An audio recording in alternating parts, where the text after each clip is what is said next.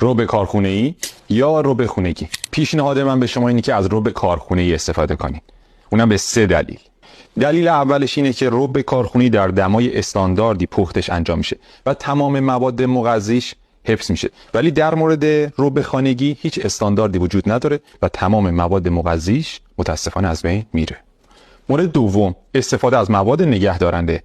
تو هر دو موردش از مواد نگهدارنده استفاده میکنن که اسمش نمکه.